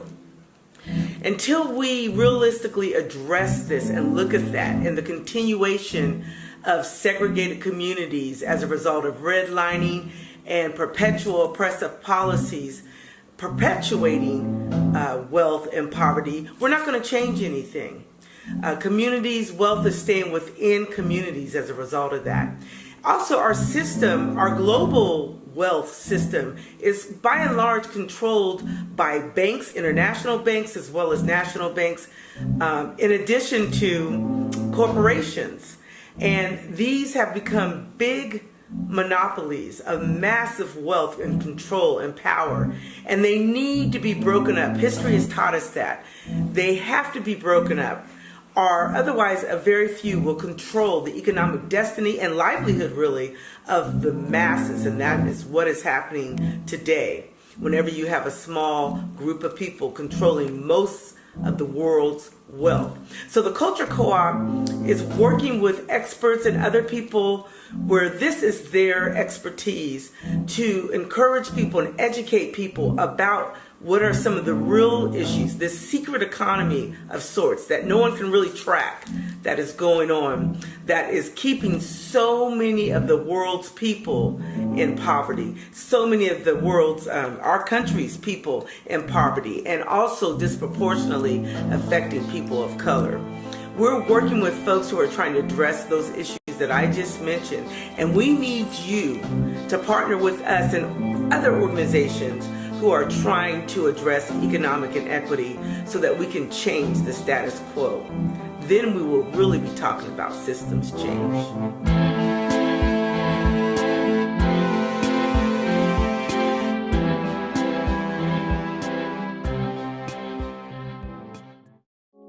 When we hear the term socioeconomic status, our mind tends to automatically think of income or class. However, there's a whole variety of other aspects that impact someone's economic power. Socioeconomic status can refer to a combination of things. Things like our formal education level, working conditions, hours we work, and what we have inherited in wealth or property.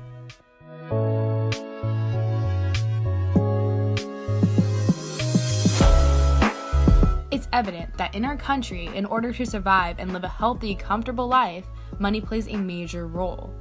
But these aspects of socioeconomic status do much more than impact how much stuff we could buy. For an example, someone's socioeconomic status will most likely influence the kind of access they may have to healthcare, if any at all. It will influence the kinds of foods they'll be able to purchase in their neighborhood. It will influence what schools their children will attend. There is very little that's not touched by the influence of money, which brings us to the age-old story of the American dream. I wanted to be a singer, and I actually did choir throughout elementary and middle school, but after that, I probably wanted to be like a teacher. I definitely wanted to go into the medical field, but funding was not in the cards for me to be able to go, so. I have been doing a line of research examining how earnings are affected by race and gender. I have looked at African American women, and I found that for African American women, their earnings are 15% lower because of their gender.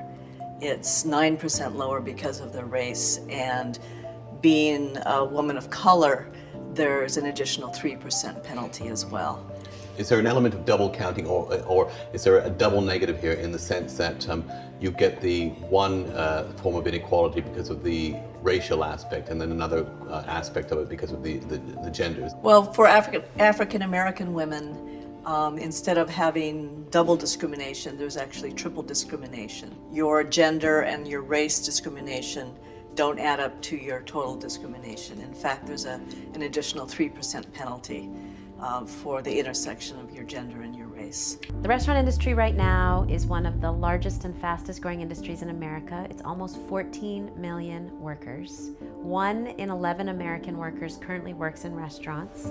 1 in 2 Americans has worked in the industry at some point in their lifetime, and yet it continues to be the absolute lowest paying employer in the United States. I'm trying to make sense of that. Industry grows because there's profit. Right. There's possibility. That's right.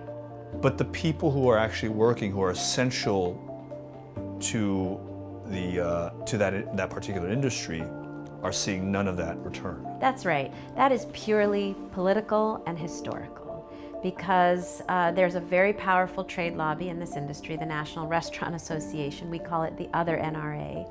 And it turns out, in doing research, this huge lobby that represents the chains, the Applebee's, the IHOPs, it's been around 150 years in various forms since emancipation of slavery. Turns out that tipping as a practice originated in feudal Europe. It was something that aristocrats and nobles gave to serfs and vassals, but always on top of a wage. When the idea came to the States, the restaurant lobby demanded the right to hire newly freed slaves, mostly black women, not pay them anything, and have them live entirely on this new idea that had just come from Europe called a tip. And so there was a mutation of that point from tipping as an extra or a bonus to tipping as the wage itself. I go for the cheapest, even if it's not the tastiest. Prices keep going up, but our wages stay the same, and it's like our budget has to keep increasing because we can't live off of what we used to be able to live off of. Anyone can become rich if you work hard enough. That's like a really sticky situation with anyone can become rich, and because I don't think that's completely true. A lot of people can if they have like connections and stuff, you know. But I feel like sometimes people like they work 2 jobs, or sometimes they have other things going on. They have to pay their needs first. They don't always have like money for that, you know. Because like my dad, he's like a landscape worker. He has tried making his own company and it doesn't always like work out. He has tried hard. There's a lot of institutional and systemic barriers that we aren't really talking about. If you walk into like a Beverly Hills $5 million house not speaking English, they're probably not going to give you the like hookup. We don't tend to move within circles where those connections cross economic and socioeconomic lines. I mean, we put a black face on a white imperialist nation and expected that change was going to happen. My grandmother, my ancestors, especially my grandmother, my grandfather, they were sold that that was what the American dream was supposed to look like, that a black man could come in this country, could come from chattel slavery and achieve the highest position in the land. Unfortunately, the way that these systems of oppression work, especially K through 12, we're often taught that leadership, what's gonna lead black people to liberation, is gonna come from a white man, you know? So like when we then had a black face up there, it really felt like, we really close, like we really close. But then it was a lot of unlearning that a lot of us had to do, a lot of unlearning that we all still currently have to do. For me, right, I'm 25 years old. My student loan debt was due on Monday, still haven't paid that, right? Because don't got the money to pay that right away. So thinking about what are ways that we see people who are experiencing the same thing, who are coming from our community, who also recognize the historical debt that this country has to black people and to people of color so that we can move forward. Obviously, I just became more realistic with the dreams. I was just, I think, like a phase.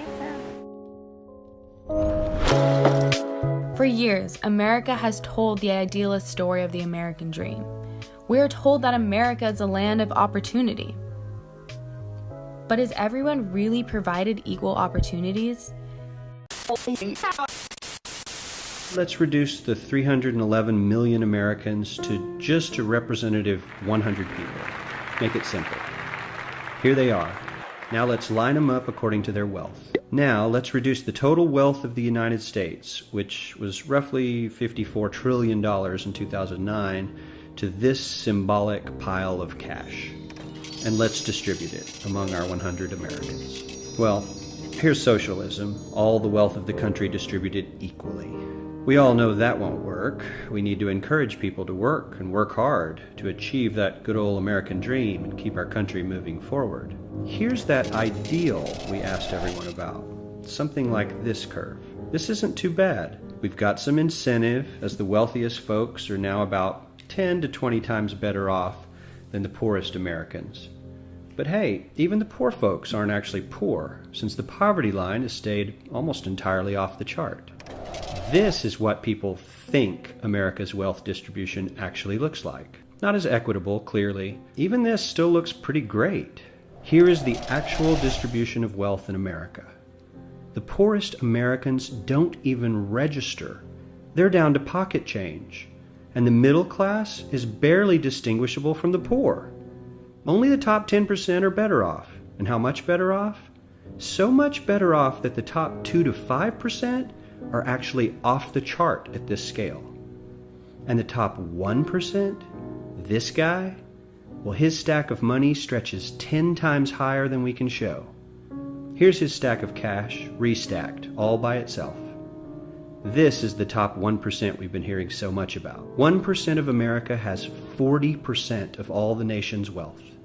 The bottom 80%, 8 out of every 10 people, or 80 out of these 100, only has 7% between them. And this has only gotten worse in the last 20 to 30 years. We don't even have to achieve what most of us consider might be ideal. All we need to do is wake up and realize that the reality in this country is not at all what we think it is. For a long time, the myth has been that if you just work hard, you will become financially successful and equal to everyone else. Just work hard. But if that were true, then African Americans should be the wealthiest people in our country today, because they were the ones who worked the very hardest for nothing in our society. It's a historical gap. From the beginning, we were starting behind. Dr. Eve Hall is the president and CEO of the Milwaukee Urban League. She points to a history of setbacks that have helped create the wealth gap for African Americans. In Milwaukee County, more than a third of African Americans live in poverty, as compared to nearly 11% of their white counterparts. So when setbacks do occur, it can disproportionately impact black families. When a crisis occurs, if you don't have the wealth, if you don't have the savings, if you don't have the resources, that impacts your ability to address and meet those issues head on. So then those setbacks make it nearly impossible to create wealth. A study by the Federal Reserve Board says the median net worth of white families is about $134,000. Compare that to African American families, it's just $11,000. It's nice to have a jump start, right? And that's part of the wealth gap in the United States.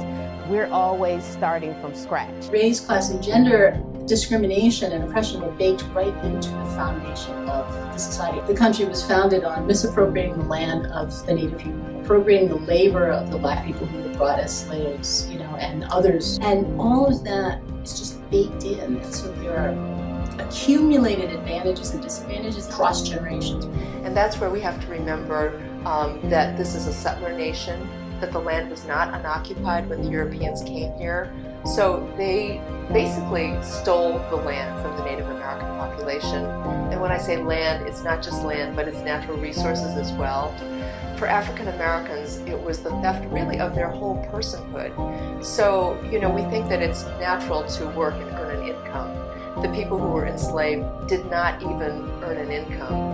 And for women, it was even worse. For several generations then, women became a unit of production. So we know about the rape of enslaved women. It wasn't just about sexual predation. It was also about financial predation, because every single child that was born became wealth for the owners. When you sold that child, you got money. And so the bulk of wealth in those times was held in the form of enslaved people. My mother had 12 of us children, and it troubled her in our heart, the way we was treated. And she'd pray every night to the Lord to get her and her children off that place. Well, one day she was plowing in the field, and all of a sudden she let out a big yell and started singing and shouting and hooping and hollering.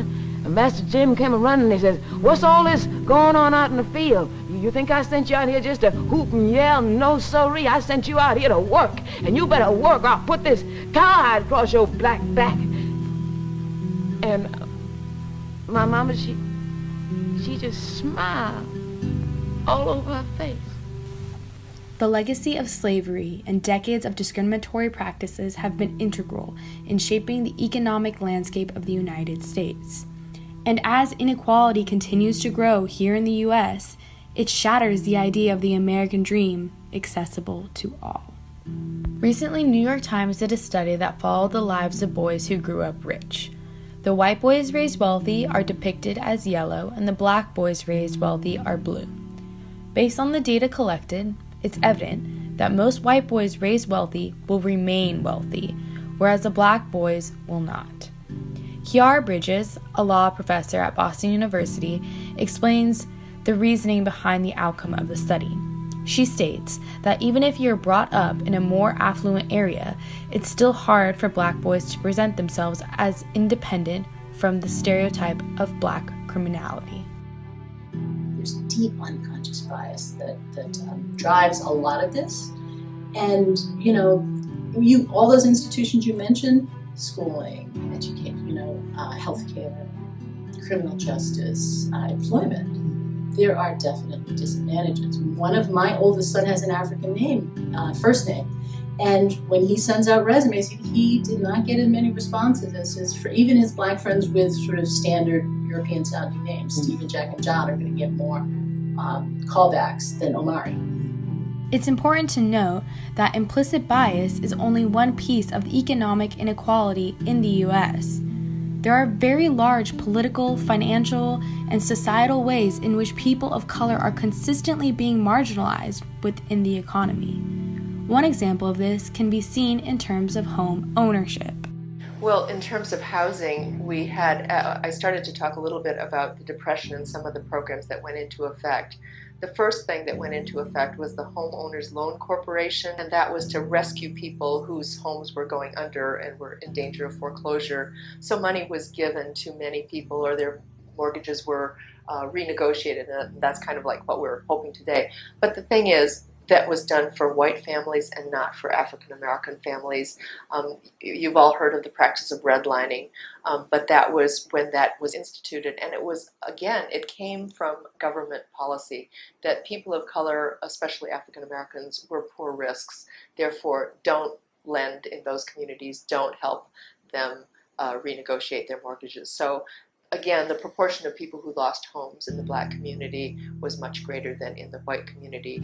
The Federal Housing Administration had about $2 billion worth of subsidies. And let's remember, when we talk about government money, it's tax dollars that we all, regardless of our race, pay into. We all pay those income taxes. So those dollars, though, were used to create white suburbs. Of that $2 billion, 98% of it went to white families, and only 2% to families of color. And then, you know, the creation of the middle class by the creation of whiteness.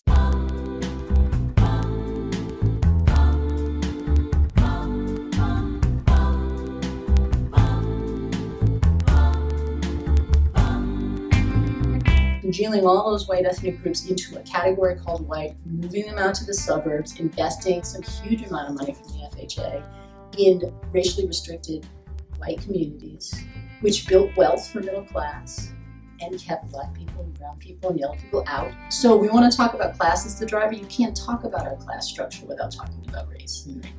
In a capitalist framework, it's what we need right now. We need to have some kind of financial assets, which means savings, ownership of a home, investments, ownership of a car, those kinds of things that are fundamental. You know, people are comforted with the idea that it's just hard work, because then it's like, okay, the racial inequities that I can see are a result of people's individual behavior, so I don't have to take responsibility. Society doesn't have to take responsibility.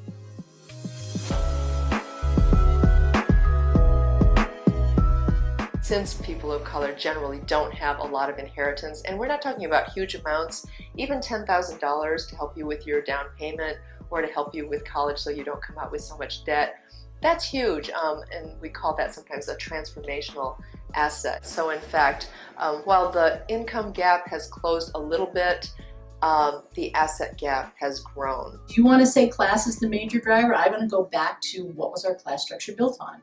The appropriation of land from Native people, the appropriation of labor from Black people and yellow people and brown people. So as long as you can predict someone's life chances by the color of their skin, we have not achieved equity. Everybody deserves to have their human dignity acknowledged and defended. There's also a really practical reason. This country is, if you look at the demographics, becoming browner and blacker, and at the same time, that part of the population that's growing is the part of the population that's most struggling economically, educationally, all of these things. So if we want a strong economy, if we want a position in the world that is worthy of, you know, the American legacy, we've got to pay attention to everybody. We need to have no throwaway people. If you lift from the bottom, then everybody gets lifted up. It's not about there's only a fixed pie, and if I get a little bit of a bigger piece, then you're going to get less. No, if I am able to participate, if I'm able to have an income and to buy things and stimulate the economy in that way, we will expand the pie.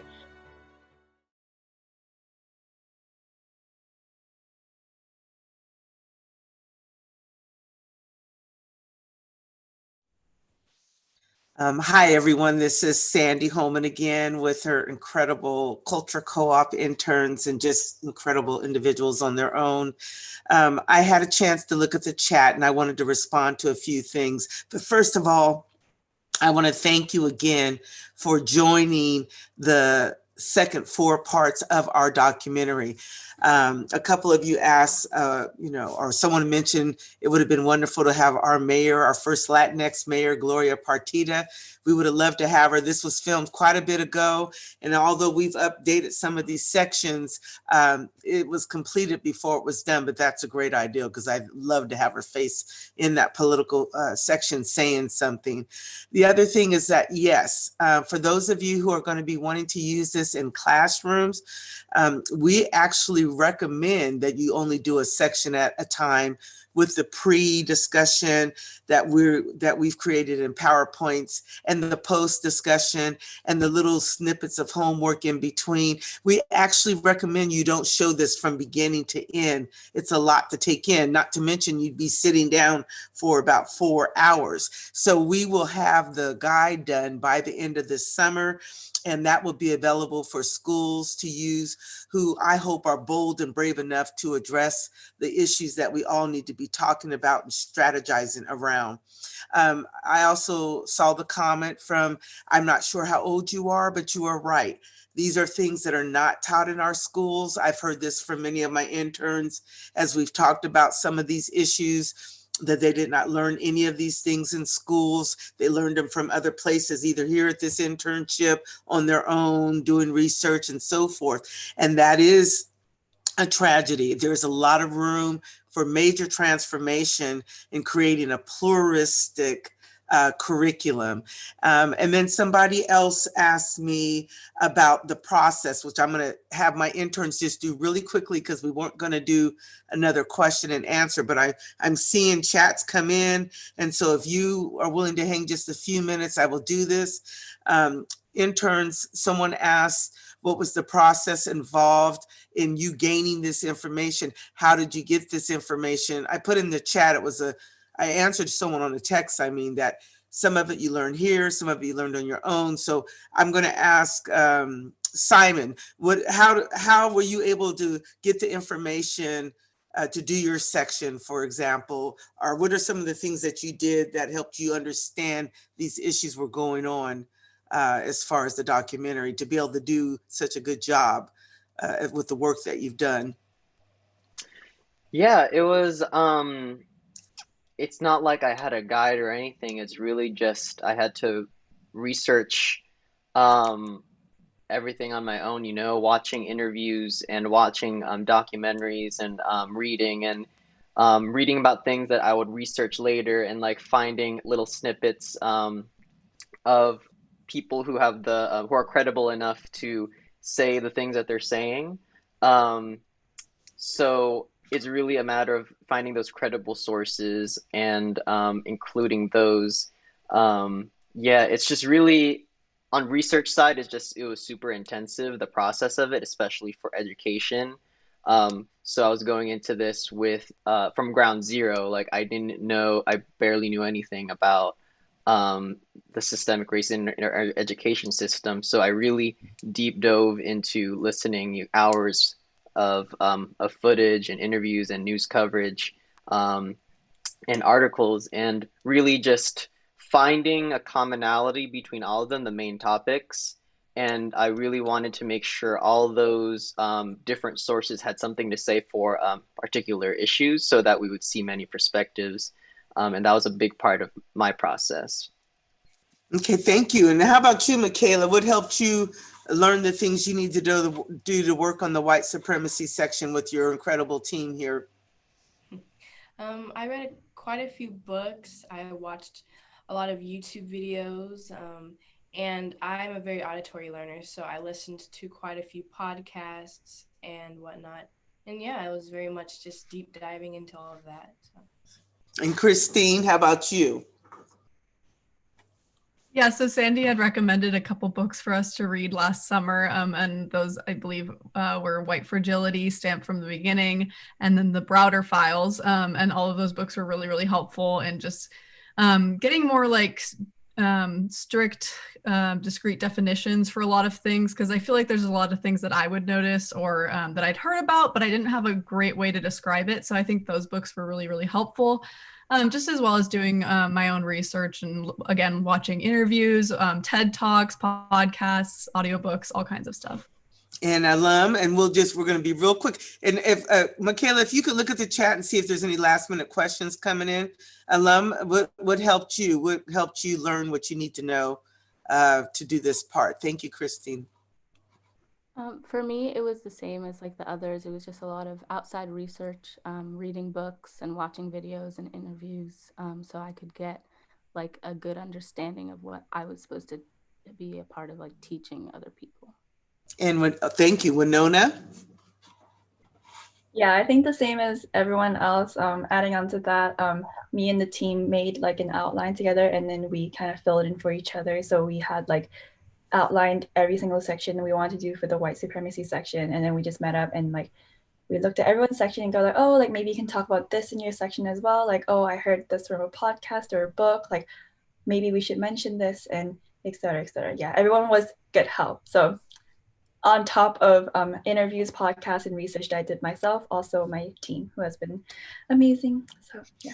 And I encourage you who haven't seen the first 4 sections, we'll be showing that again on May the 2nd to join us. The white supremacy section is foundational to understanding all that we're seeing in all of our institutions. And this team did a phenomenal job with it. Michaela, did you see any other question that we might want to answer real quick before we go? I hope you guys don't mind. What was a question that you saw? Our last question is, can our institutions purchase the film and guide to felicitate in chunks? You do not have to purchase the film. This is going to be made available for free. We think this is very critical. The guide will also be made available to you. We have asked people to support this work. We're always looking for grants and donations. We want to make sure, for example, kids get our book pack, Books for a Just, Loving, and Peaceful World that we're developing to encourage them to learn about diversity, accept diversity, appreciate diversity. But this documentary that has 8 components, it includes the documentary, it includes the documentary guide. It will include PowerPoints for pre and post discussion. It has summary papers for each of the institutions.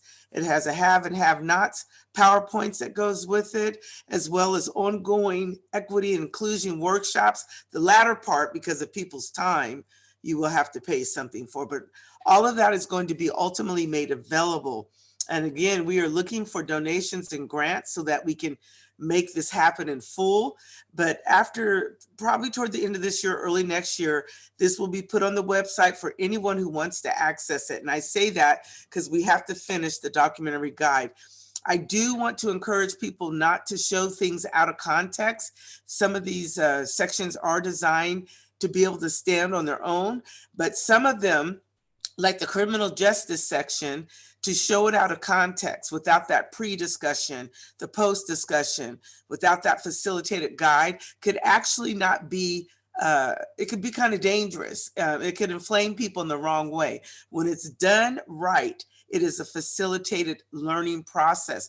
And that's why I've asked my team not to share parts of this until we have those materials done. I feel very responsible that people have that greater context. Again, when we have facilitated people through this, usually we do a pre-discussion, they see a segment, we do a post-discussion, then they get some little homework and they ruminate for a week, and then we come back together the next week or the next day, depending on how fast they want to go through this. And so I want to encourage you all, if you want to optimize your impact for systemic change or laying the roots for it, please, please, please try to use this in its holistic approach. I want to encourage that. Do you see any other questions at all, Michaela? We do have one more question, actually. Oh, yes, we have one more question. And the question is, when do you expect these materials to be available to schools? And also, what an incredibly generous offering. What was the last one? I'm sorry, Miss. I got the school part, but there was another part. They were saying, what an incredibly generous offering. Oh, yeah, I feel like this stuff needs to be made available to people. Now, again, the facilitation part, there is a cost for that because that's people's time. I'm in the process of selecting some young people who will be able to facilitate this with groups, organizations, and it will be their time and it will be my time. But yes, we will always wanted to make this available for free for educational purposes, for transformational purposes. And we're actually facilitating things like this with schools now, with people who've asked. We're doing sections here and there. So you can reach out to us now, but in totality, I would really say the beginning of next year. And again, I want this to come out in a responsible way, not an inflammatory way, not in a way that's just going to make people angry or anything like that. And that's why we are being very, very careful to do this. So we'll have another showing May 2nd, and I think the second part is May 12th. And then we'll have one in the fall in September. And then we'll be getting closer to having all those materials finalized, at least for now. So I really hope you use them. Please get the word out about the cost of darkness. We want to start talking about it in lieu of everything that's going on right now, and even because of the royals, whether you're into the royals or not with dark skin, and this big issue of race as it pertains to the baby. It's clear that we are still struggling with darker skinned people. And I want to do a shout out in solidarity for all my brothers and sisters of every ethnicity and cultural group, and remind everyone, hate against anyone, including my Asian diasporic brothers and sisters, my partners, against the Latinx community, against the transgender community, against the African American community, the Native community, against white folks. Any hate at all is not a cool thing. It's all about the love combined with your power and your talent. And we can't thank you enough. Unless they see another question, we can't thank you enough for joining us. So how can you support us? Make a donation. Go to our website. Make a donation so that we can finish all these materials. I'm actually looking for resources now because I'm actually working with some of my alumni intern who are doing parts of this with me to help me. Simon's one of them, and they need to be compensated. And so I just thank you again for any kind of support you can give us there. Remember, we have the paradigm for transforming individuals, communities, and systems, but we do a lot of other services too. So go to our website, www.culture.co-op.com. I want to thank Winona, who has been an incredible, amazing leader who will be leaving us soon as she moves forward. I want to thank Christine, who's been her co-lead, who's stepping in to the leadership role, at least until the end of this year with school. I want to thank Simon, who, oh my gosh, I'm just going to be real. I call Simon my soul son because I love me Simon. I'll just say it like that. He is brilliant, credible, dedicated, and I will do whatever I can to support this young man in his journey going forward. I want to thank my high school sisters, Michaela and Zenob. They have proven to me that these hardy issues, well, them and the elementary kids can be handled in an age-appropriate way with anyone, and that's what we do. They are brilliant.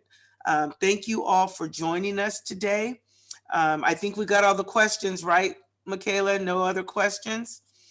I wish you all a great afternoon, and please remember this. You are brilliant and destined and responsible for being a part of the solution in our communities, our country, our world. Think about others besides you. Practice that massive self-care. Do not stay down. It's normal to get discouraged. Things that we're seeing are horrific, but fall back on your back, like Les Brown says, so you can see your way back up and forward. Don't waste your life having regrets. Decide something you can do with your gifts and your talents and embrace it and go out there, spread the love and make a difference. Purple love to you all. And I look forward to connecting with some of you soon. Bye, everybody. Thank you again, amazing team. Thank you. Bye-bye.